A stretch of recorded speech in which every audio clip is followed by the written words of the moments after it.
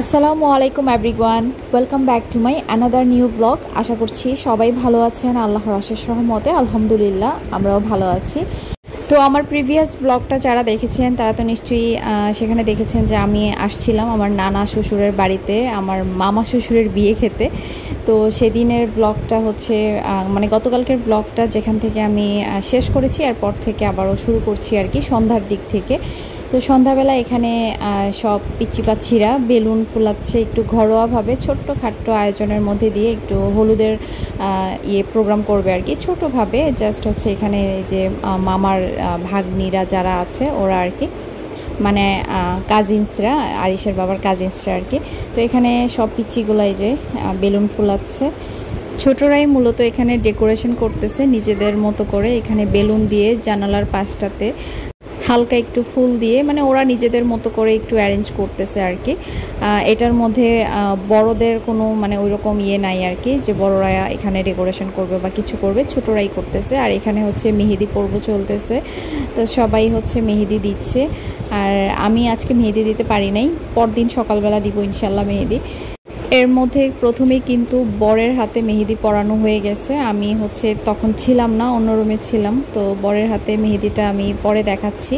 তারপর এখানে একটা কেকও নিয়ে আসা হলো, কেকের মধ্যে লেখা হয়েছে হলুদ সন্ধ্যা, মামার নাম লেখা হয়েছে এখানে, আর গুড বাই সিঙ্গেল ডেজ। মামার ভাগ্নিরাই মূলত এগুলা লিখে টিকে নিয়ে আসছে আর কি। আর এই যে ওদের ঘরোয়া স্টেজ সাজানো হয়ে গেছে, সুন্দর হয়েছে, সিম্পলের মধ্যে।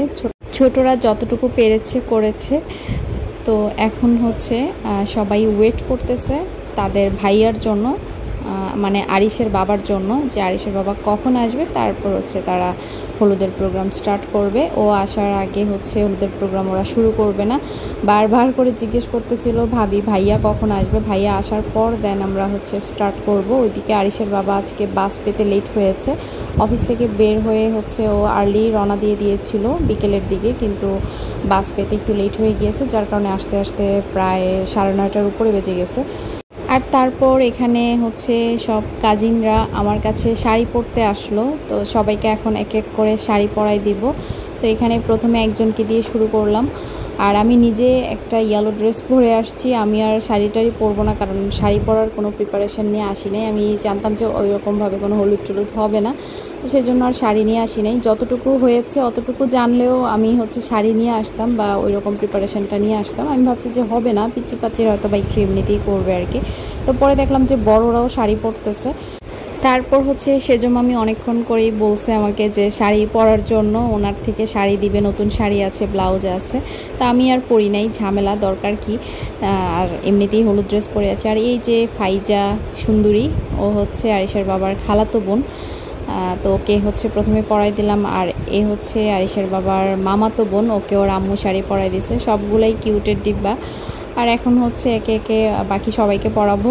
এখন এই যে আমার ননদ হচ্ছে একজনকে শাড়ি পরানো শুরু করছে, সে হচ্ছে শাড়ি প্যাচ লাগাই ফেলছে, পরে আর শেষ করতে পারে নাই, তো পরে আমি পরাই দিছি। আর এই যে সামনে একজনের ফেসের মধ্যে স্টিকার লাগায় রাখছি, উনি হচ্ছে একজন স্পেশাল মানুষ, উনি এখানে কাজে অনেক ব্যস্ত, বিছানার চাদর নিয়ে গোছানো ট্রাই করতেছে, উর্মির বেবি। তো আমাদের হচ্ছে ক্যামেরার সামনে চলে আসছেও। আর এই যে এখন হচ্ছে শাড়ি পরানো নিয়ে খুব তোড়জোড় চলতেছে আর কি। তারপর সবাই ওরা শাড়ি পরে রেডি হয়ে মেকআপ শেকআপ নিয়ে ওয়েট করতেছিল ওদের ভাইয়ার জন্য। আর আরিশের বাবা হচ্ছে ওর নানুর বাড়িতে, একমাত্র হচ্ছে মানে সবার বড় আর কি, বড় ভাগিনা। তো ওরা সবাই হচ্ছে ওদের বড় ভাইয়ার জন্য ওয়েট করতে করতে অনেক রাতে গিয়ে হলুদের প্রোগ্রাম স্টার্ট হয়েছে। তো এই যে সবাইকে পরাই দিলাম আর একটু একটু করে ভিডিও করে নিলাম আর কি, ফেস আর দেখালাম না। আর এই যে কিউট একটা বুড়ি, মাশাল্লাহ, ওর আম্মুকে সুন্দর করে শাড়ি পরাই দিচ্ছে, এটা হচ্ছে মামাতো বোন। ও হচ্ছে আমার আরিশের এজের, শাড়ি পরে চুপটি করে এখানে একদম গুটিসুটি মেরে বসে আছে পাখির মতো, একটু নড়াচড়া করতেছিল না, কারণ তার শাড়িটা এলোমেলো হয়ে যাবে সেজন্য। তারপর এখন চলতেছে ডিনারের পর্ব, তো টেবিলে খাবার দিয়ে দিয়েছে। তো সবাই এখন খাওয়া দাওয়া কমপ্লিট করে দেন হচ্ছে হলুদের প্রোগ্রাম স্টার্ট করবে। এখানে রোস্ট ছিল, গরুর মাংস, ডাল, আর পাশে একটা সম্ভবত লতি ছিল। খাওয়া দাওয়া শেষ করার পর সবাই যে যার মতো হাঁটাচলা করতেছিল, অপেক্ষা করতেছিল আর কি। ওইদিকে বড় পাঞ্জাবি পরে নেই, এই যে বরের পাঞ্জাবি রেডি। তো সবাই হচ্ছে এখানে এই যে আছে। সবাই অপেক্ষা করতেছে আর কি। তো আরিশের বাবা কাছাকাছি চলে আসছে, ও আসার পর খাওয়া দাওয়া করে তারপর হচ্ছে সবাই বাকিরা যারা আছে সাজুগুজু করবে। আর এই যে একদম ছোট্ট পিচ্চি বাবুগুলো এখানে বসে বসে খেলতেছে ফ্লোরের মধ্যে। তো আরিশ আমাকে গিয়ে জিজ্ঞেস করে আসছে, মা সবাই ফ্লোরের মধ্যে হাত দিয়ে আছে, ফ্লোরে তো ময়লা থাকে, আমি কি একটু হাত দিব? আমাকে গিয়ে আগে আক্স করে আসছে। আমি বলছি যে আচ্ছা ঠিক আছে, সবার সাথে খেলো, আমি পরে হাত ধোয়াই দিব। তো এই যে সে খুব মজা করে হচ্ছে এখানে খেলতেছিল। আর খেলার মধ্যে দিয়ে সে উঠে মনে হয় আমাকে কয়শবার যে জিজ্ঞেস করছে মা বাবা কখন আসবে, এর মধ্যেই ওর বাবা চলে আসছে। আর বাহিরে একটু হালকা বৃষ্টি শুরু হয়েছে। আর এখানে এই যে দেখেন দরজার সামনে সবাই কিভাবে দাঁড়ায় আছে ওদের ভাইয়ার জন্য। আর ওই যে ও ওই দরজা দিয়ে ঢুকলো। আরিশ তো অস্থির হয়ে গেছে, দৌড়ে গিয়ে বাবা আসছে বলতে বলতে গিয়ে বাবা কোলে উঠলো। তো অনেকদিন পর সে তার বাবাকে দেখেছে, সেই যে ঈদের পর আমাদেরকে আমাদের বাড়িতে দিয়ে তারপর সে আসছিল ঢাকাতে, এরপর আর আসা হয় নাই। তো আজকে দীর্ঘ অনেক দিন পর ওর বাবার সাথে মিট আপ হলো। আর এখানে এই যে বরের হাতের মেহেদিটা একটু দেখাচ্ছি। এই যে বড় মশাই, আমার মামা শ্বশুর, ছোট মামা শ্বশুর, তো উনি রেডি হলুদের আয়োজনের জন্য। সব কিছুই তো হলো, এখন নিয়ে বসবে কি সামনে সেটা নিয়ে কারোর কোনো খবর নাই। তারপর হঠাৎ করে দেখলাম যে আমার শাশুড়ি মা বসে বসে ফ্রুটস কাটতেছে, আর ফাইজা হচ্ছে একটু ট্রাই করতেছে কিভাবে কি করবে, বাট সে কিছুই বুঝতে পারতেছে না, কারণ ওরকম কিছুই আনা হয় নাই। কারণ যেহেতু প্রোগ্রাম হবে না সেজন্য কোনো কিছুই আনা হয় নাই যে সামনে নিয়ে বসার মতো, জাস্ট কেকটাই আনা হয়েছে।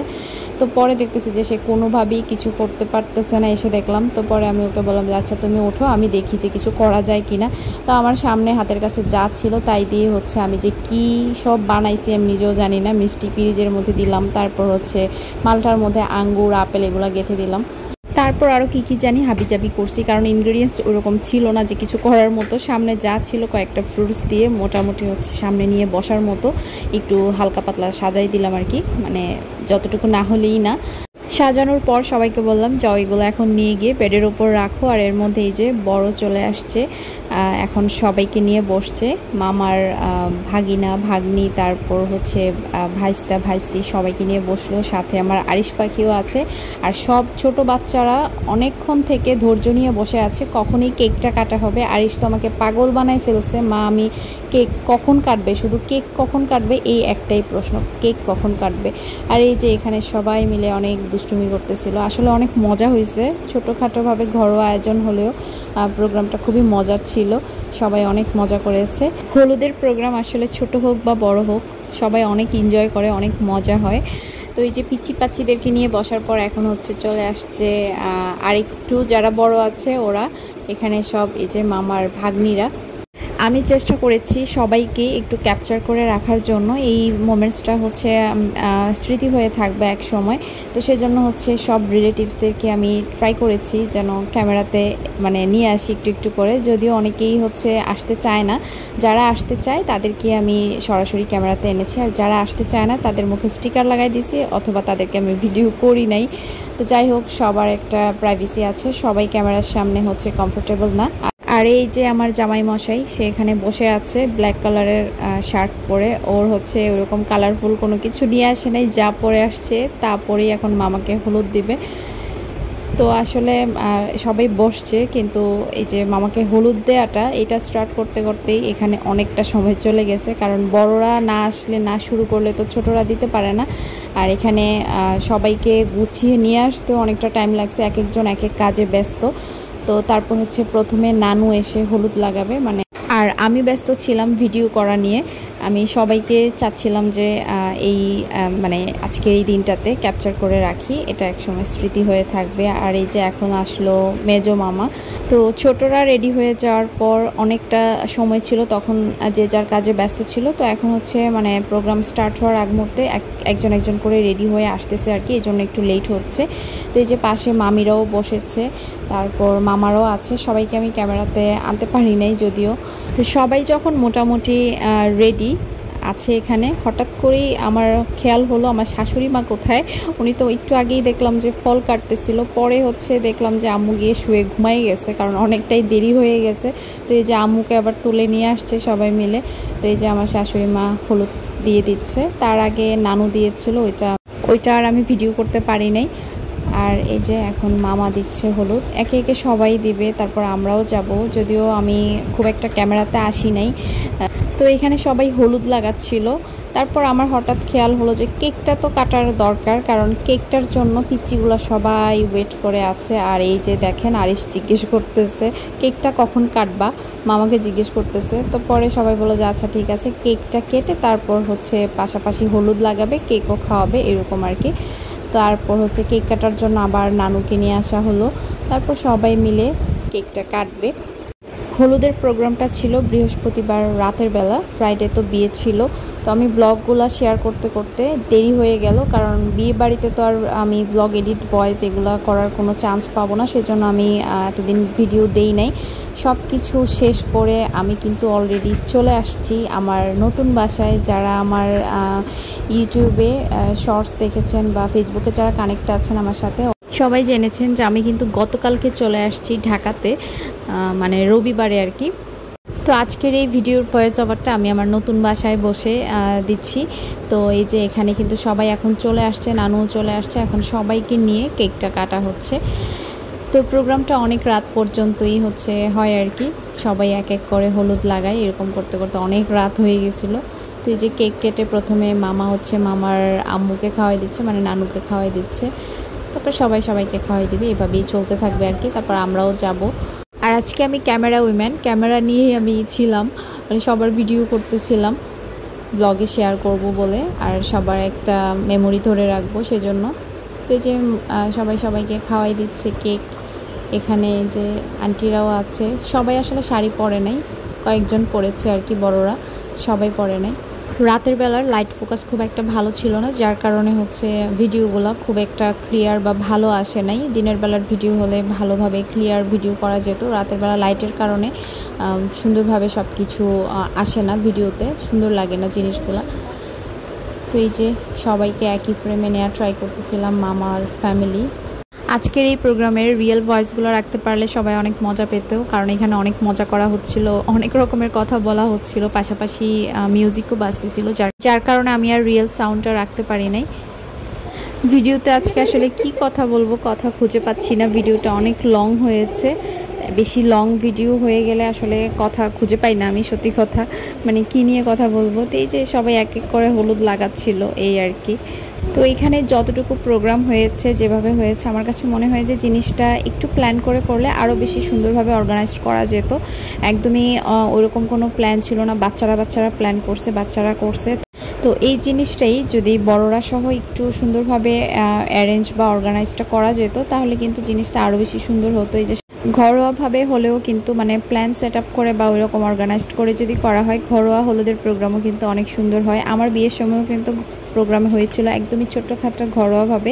আমার বোনরা, আমার কাজিনসরা মিলে সবাই মিলে আয়োজন করেছে, সব কিছু অর্গানাইজড করেছে। তো অনেক সুন্দর হয়েছিল ঘরোয়া ছোট্টখাটোভাবে হলেও। তো এই যে আজকের প্রোগ্রামটাও কিন্তু আরও বেশি সুন্দর করা যেত, যদিও অনেক সুন্দর হয়েছে, আর একটু সুন্দর গোছানো করা যেত যদি আগে থেকে একটু সুন্দরভাবে সবাইকে নিয়ে একটু প্ল্যান করে জিনিসটা করা যেত আর কি।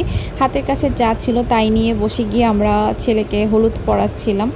তো এই যে সবার এখানে হলুদ দেওয়ার পর্ব শেষ হলে একদম শেষের পার্টে আমরা যাব। এখানে যেহেতু আমি ভিডিও করতেছিলাম, ভাবলাম যে একদম লাস্টেই যাই, সবাই আগে দেখ।